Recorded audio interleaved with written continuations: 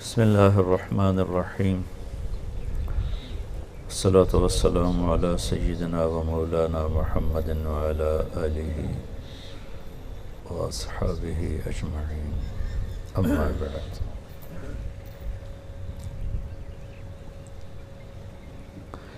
اللہ تعالیٰ نے انسان کے اندر خواہشات کا لامحدود سسٹم رکھا ہوا ہے، کہیں اس کا اینڈ نہیں آتا ہے،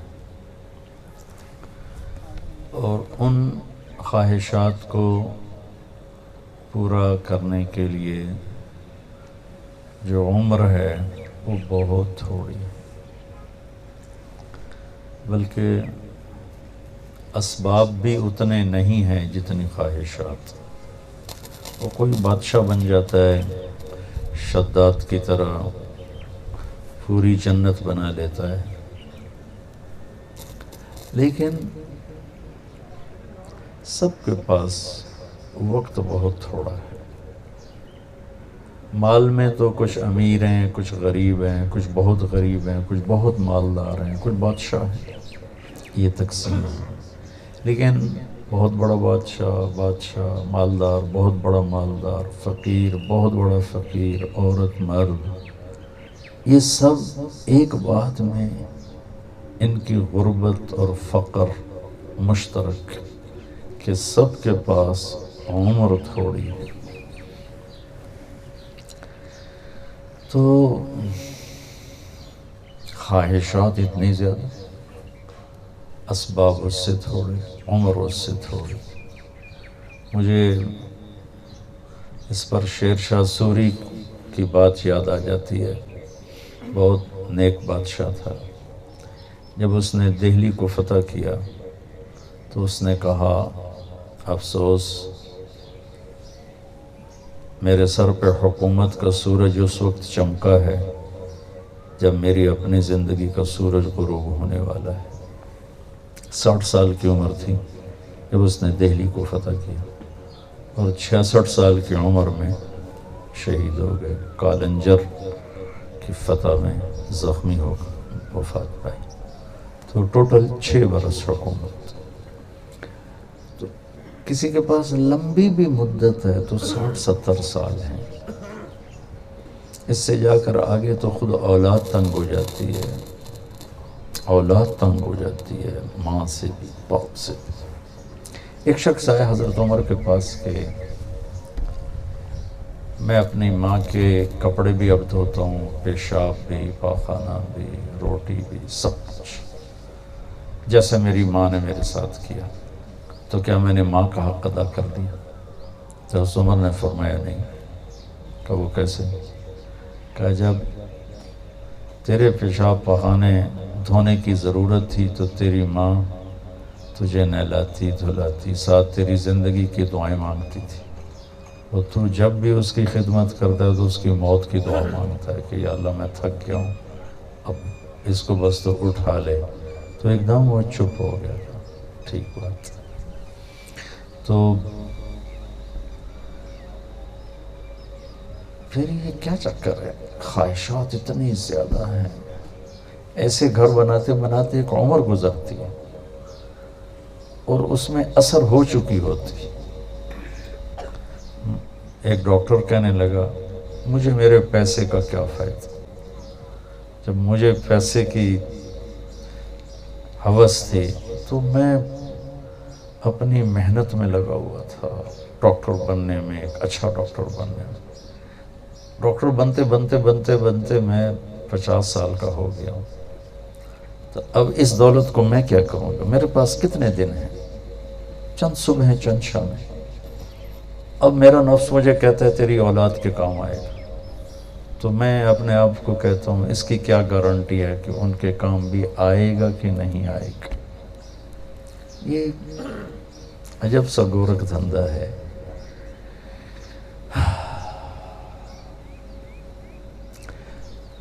تو بھائیو، اللہ نے ہمیں ڈیزائن کیا ہے جنت کے لیے۔ جنت ہے لامحدود خزانہ۔ اگر ہماری خواہشات نہ ہوتی تو جنت سے مزہ اٹھانے کی طاقت ہی کوئی نہ ہوتی. لیکن یہ پرندے چہچہا رہے ہیں، یہ آج سے 10,000 سال پہلے جیسا گھونسلہ بناتے تھے آج بھی ویسے ہی بناتے. جو دانہ دن کا یہ چگتے تھے آج بھی ویسے ہی چگتے ہیں.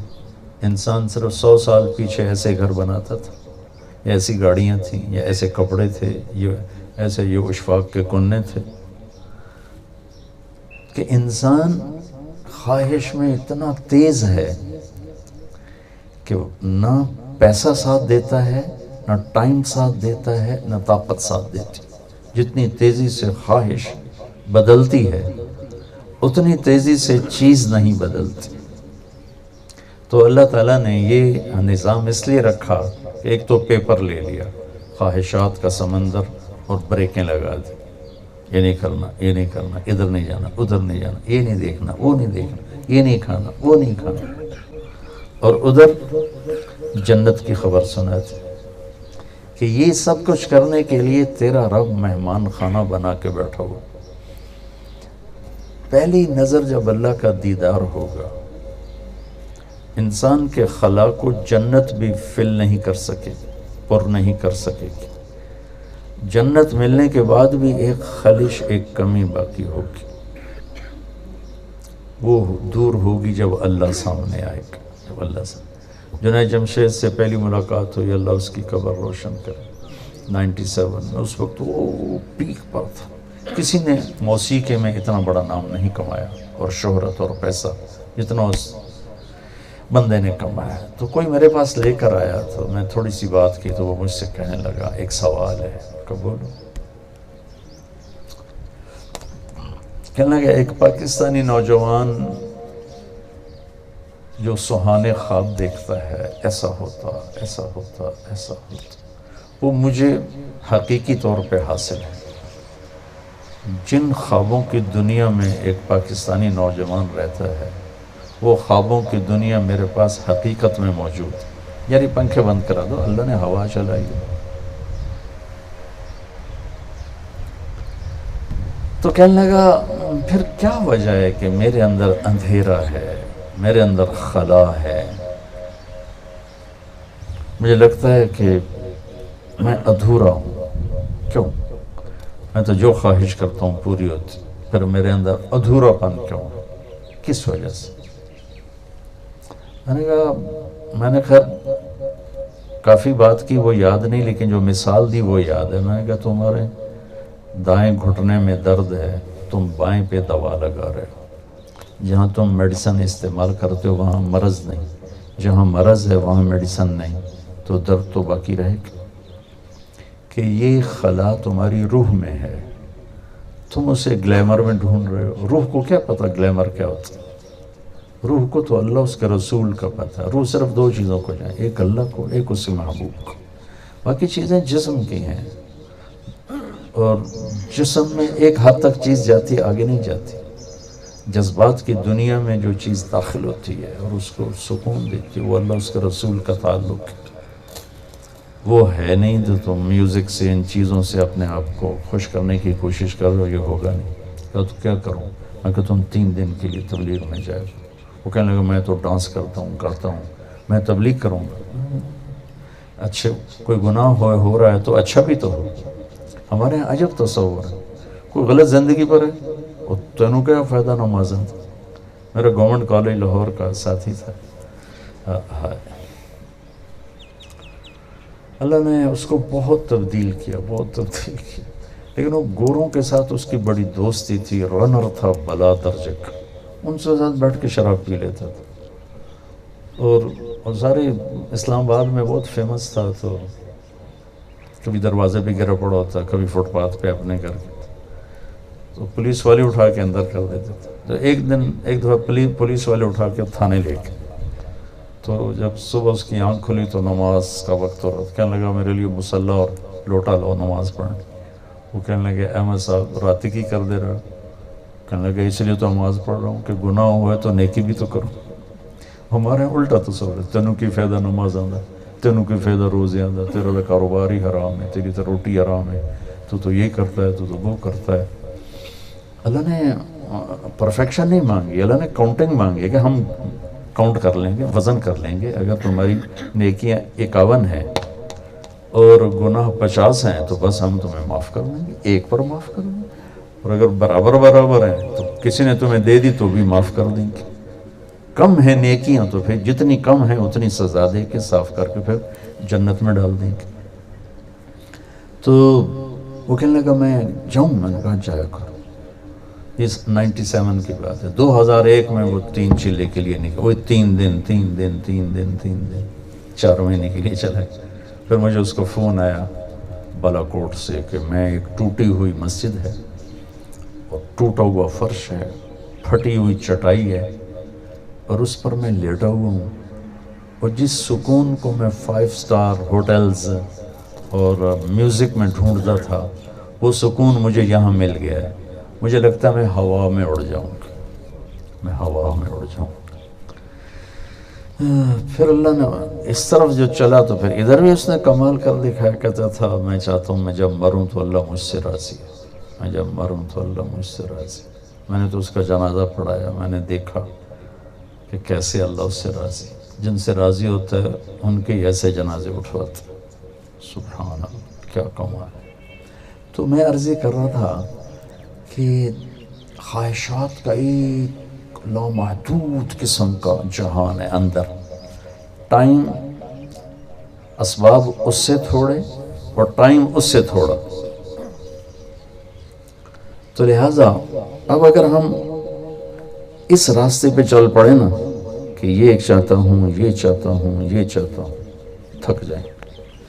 بڑے سے بڑا مالدار تھک جائے، کیونکہ جتنا وہ چاہتا ہے اتنا اس دنیا میں ہو نہیں سکتا. ڈیزائن ہی اس کا وہ نہیں. اب یہ ایک پاؤ کا گلاس ہے، اس میں آپ آدھا کلو پانی ڈالیں گے تو بہہ جائے گا. لہٰذا یہاں کیا ہے کہ اپنے اللہ کو راضی کر لو، پھر وہ تمہاری ہر خواہش پوری کر دو. کہ جب جنت میں اللہ کا دیدار ہوگا تو تب جا کر انسان کی تکمیل ہوگی. تو یہ اللہ سے عرض کریں گے یا اللہ ہم دنیا میں تیری عبادت کا حق ادا نہیں کر سکے، ہم تجھے راضی نہیں کر سکے جیسے کرنا تھا، تیری بندگی نہیں کر سکے جیسے کرنی تھی. تو تجھے دیکھنے کے بعد ہمارا جی چاہتا ہے کہ ہم تیری بارگاہ میں ایک سجدہ کریں جیسے فیصل آباد میں کرتے تھے. ایک سجدہ، صرف ایک، 5 نمازیں ایک سجدہ. تو اس پر اللہ تعالیٰ فرمائیں گے سبحان اللہ، کیا بات کہی اللہ، کہیں گے اللہ تعالیٰ فرمائیں گے دنیا میں تم میرے غلام تھے، میں تمہارا آقا تھا. یوں سمجھو تم نوکر تھے، میں مالک تھا، اور نوکر کے ذمے ہے مالک کی اطاعت کرنا. اب تم میرے پاس آئے ہو تو پوزیشن، حیثیت بدل گئی. یہ میرا مہمان خانہ ہے، یہاں جو بھی آتا ہے وہ میرا مہمان ہوتا ہے اور میں اس کا میزبان ہوتا ہوں.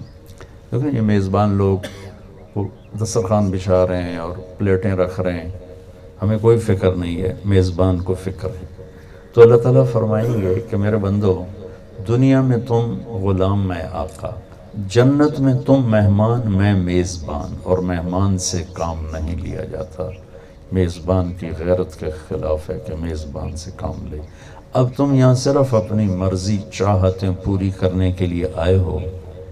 جاؤ موج کرو، کلو واشربوا ہنیئا بما اسلفتم فی الایام الخالیہ ولکم فیہا ما تشتہی انفسکم ولکم فیہا ما تدعون نزل من غفور الرحیم. سبحان اللہ، کیا کمال.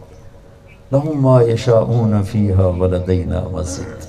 قرآن کو دیکھو تو اللہ، اچھا ایک عجیب بات ابھی ذہن میں تو بتا دوں. ایک ہوتا ہے تشتہی جو اللہ قرآن میں کہا، ایک ہے تدعون. ترجمہ تو یہی ہے جو چاہو گے، جو دعویٰ کرو گے مل جائے گا. لیکن تشتہی اور تدعون میں فرق ہے. تشتہی کا مطلب ہے تمہارے ذہن میں ہوگا کہ میری یہ خواہش پوری ہو، یہ خواہش پوری ہو، جو چاہو کہ ہم مہیا کر دیں گے. تدعون میں یہ خبر اللہ دے رہا ہے کہ بعض چیزیں تمہارے ذہن میں آئیں گی کہ یہ ہو جاتا، پھر تم اندر سے کہو گے یہ تو ہو بھی نہیں سکتا، یہ تو ہو ہی نہیں سکتا. لیکن جب تم میرے پاس آؤ گے اور اپنی سوچ میں ایسی چیز کا مجھ سے سوال کرو گے جس کے لیے تم خود ہی اندر میں کہہ رہے ہو گے ایسا نہیں ہو سکتا، تو تیرا رب وہ بھی کر دے گا. ہاں، اس کے آگے ایک لفظ ہے نزل من غفور الرحیم. نزل کا کیا مطلب ہے؟ نزل ہے نازل ہونا، آمد. جیسے ابھی ہم نازل ہوئے، آمد ہوئی، آئے. آتے ہی مہمان آپ کو دسترخوان پہ تو نہیں بیٹھا ہے، یہ مجھے پانی کا گلاس دیا ہے، اس کو عربی میں کہتے ہیں نزل.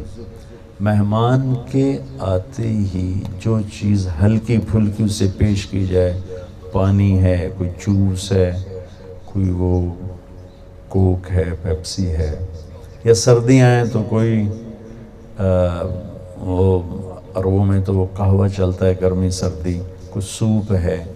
آتے ہی مہمان کو جو چیز دی جاتی ہے اسے نزل کہتے ہیں. تو نزل کا پیمانہ اللہ کیا بتا رہا ہے کہ جو چاہو گے دوں گا، جس ناممکن کا تصور کرو گے وہ بھی دوں گا. یہ ہے میری پہلی مہمانی تمہاری آمد پر. تو اصل مہمان نوازی اس کے بعد شروع ہوگی. اس کا کیا لیول ہوگا اللہ کے سوا کوئی نہیں جانتا. بھائی یہ زندگی امتحان ہے. میرے نبی ایک زندگی لے کر آئے، وہ سیکھ لیں.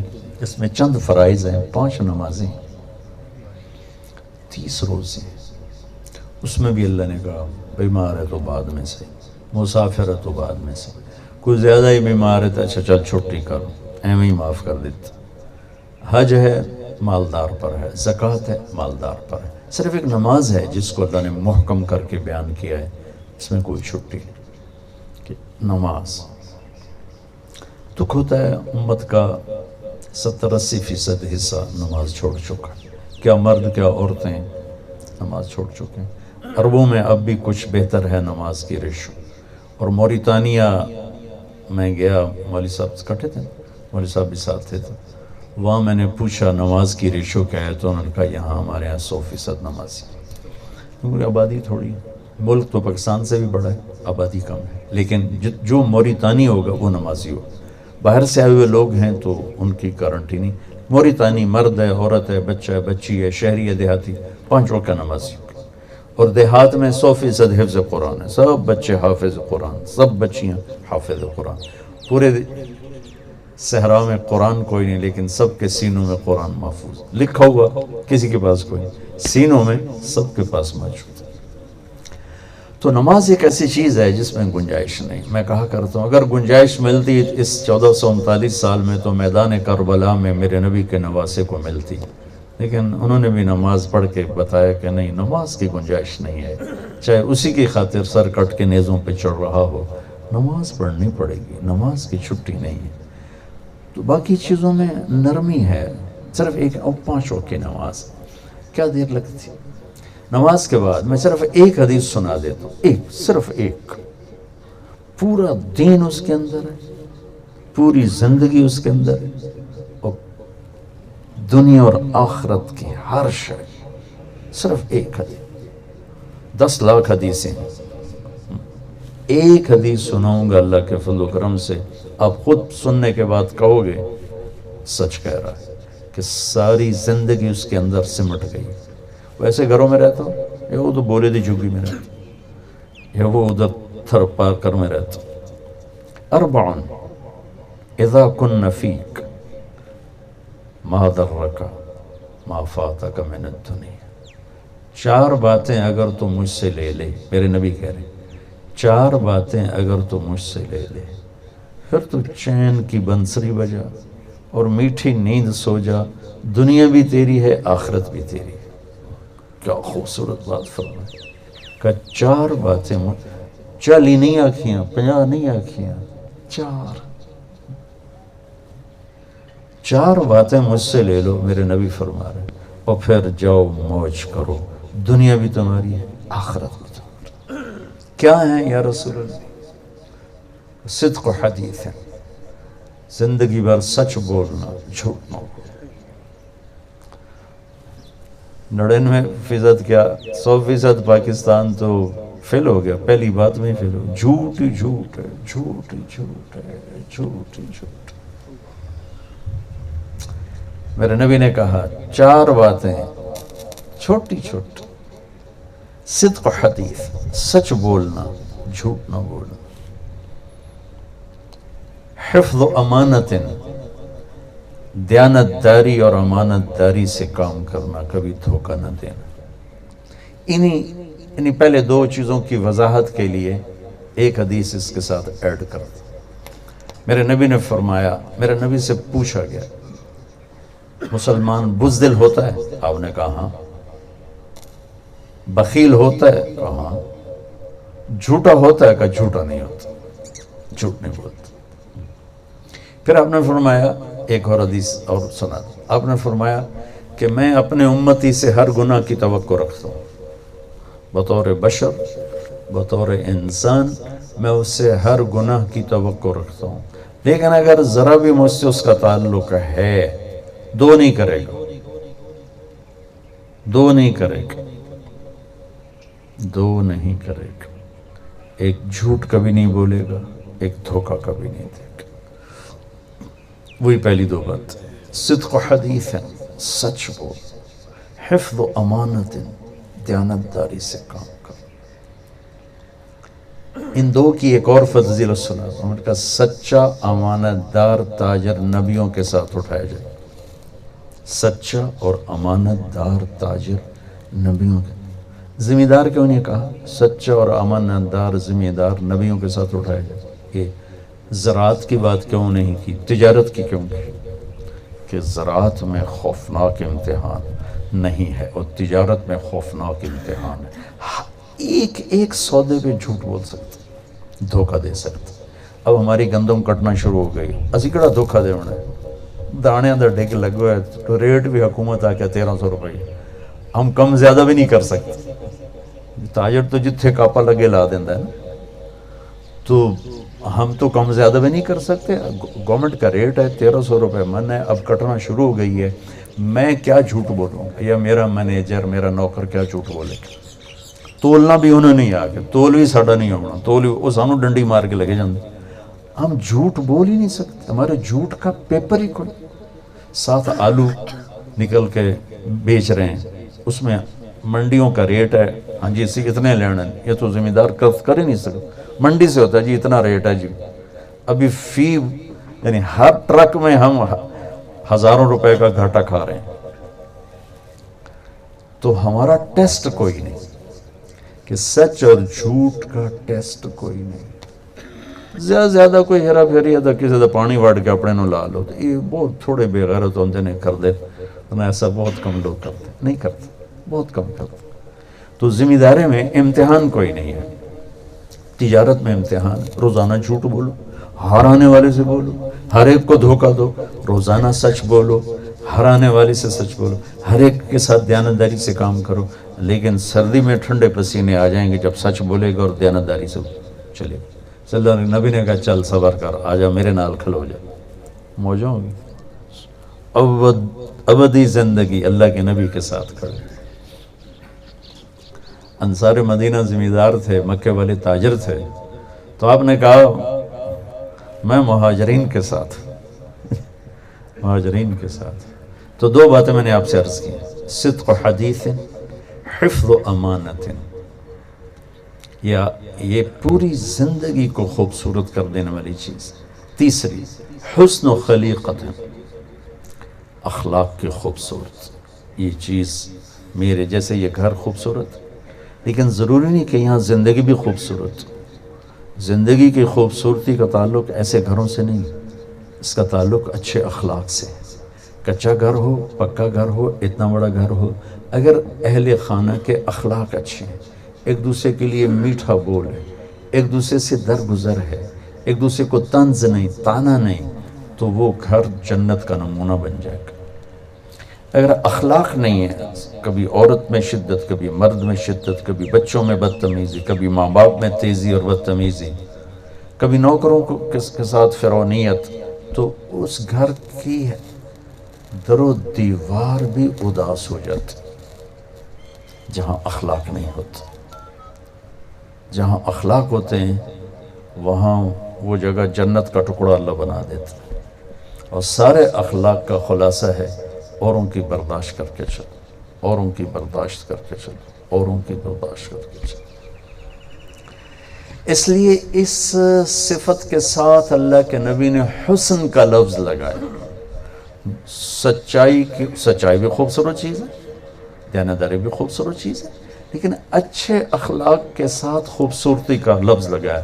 حسن خلیقت، اخلاق کے ساتھ حسن کا لفظ لگایا، سچائی اور دیانتداری کے ساتھ نہیں لگایا. کہ اخلاق ایسی چیز ہے جب اچھے ہوتے ہیں تو نظر آتے ہیں، برے ہوتے ہیں نظر آتے ہیں. تو اخلاق کا اچھا ہونا ان زندگی کو خوبصورت بنا دیتا ہے. اور ہر انسان کی تمنا ہے کہ میری زندگی خوبصورت ہو، میری زندگی اچھی ہو، میری زندگی خوبصورت ہو. تیسری بات، وہ سارے اخلاق ایک لفظ میں ہیں، جو برا کرے اس کے ساتھ اچھا کرو، برداشت کرو. اور ایک حدیث میرے نبی نے کہا معاذ پورے دین کا خلاصہ کرو، پورے دین کی سمری بنا دوں تو ہکے گا لے کہا جی یا رسول اللہ. تو آپ نے ایسے کیا، زبان نکال کے کہا بس اس پہ قابو رکھ، اس پہ قابو رکھ. وہ کہنے لگے اس کی وجہ سے کوئی پکڑ ہے؟ آپ نے کہا سب سے زیادہ جہنم میں دھکا دینے والی یہ زبان ہوگی. تو بھائی اگر ہم اپنے گھروں میں خوبصورتی چاہتے ہیں، زندگی خوبصورت چاہتے ہیں، اپنے اخلاق اچھے کریں.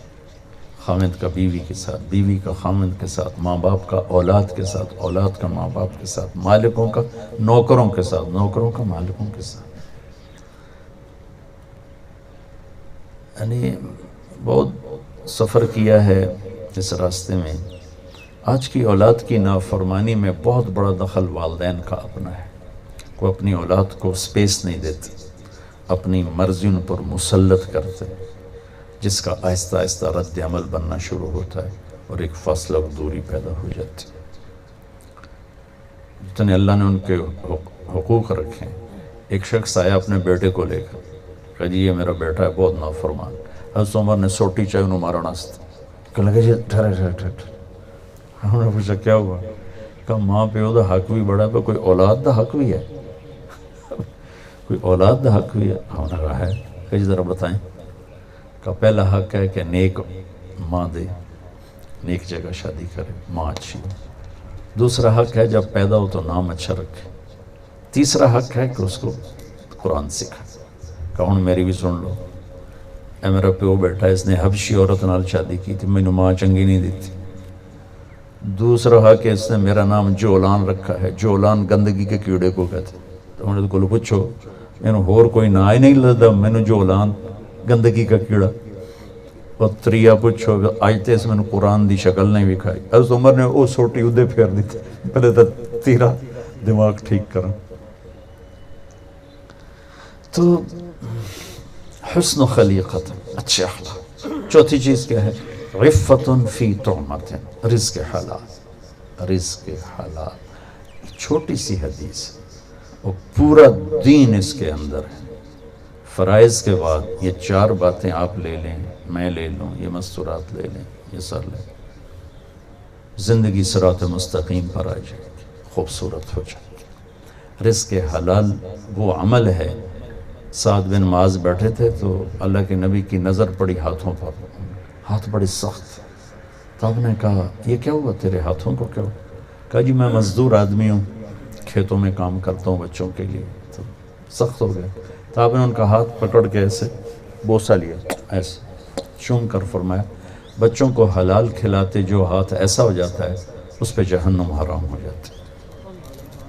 تمہارا رزق حلال ایسی چیز ہے کہ وہ جہنم حرام کر دیتا. تو بھائیو سچائی اور دیانتداری جہاں ہوگی وہ شخص 24 گھنٹے نماز میں ہوگا، بندگی میں ہوگا. یہ تبلیغ اس کو سیکھنے کی محنت. اللہ آپ کو موقع دے تو جایا کرو. 3 دن ہی لگانا شروع کرو گے تو بہت سے راستے کھل جائیں. ٹھیک. اللهم لك الحمد كما أنت أهله فصل على محمد كما أنت أهله وفعل بنا ما أنت أهله إنك أهل التقوى وأهل المغفرة. اللهم بارك لهم فيما رزقتهم اللهم بارك لهم فيما رزقتهم اللهم بارك لهم فيما رزقتهم وأوزعهم أن يشكروا نعمتك التي أنعمت عليهم وعلى والديهم. اللهم ألف بين قلوبهم وأصلهم وأصلح ذات بينهم. اللهم ألف بين قلوبهم وأصلهم وأصلح ذات بينهم. آمين.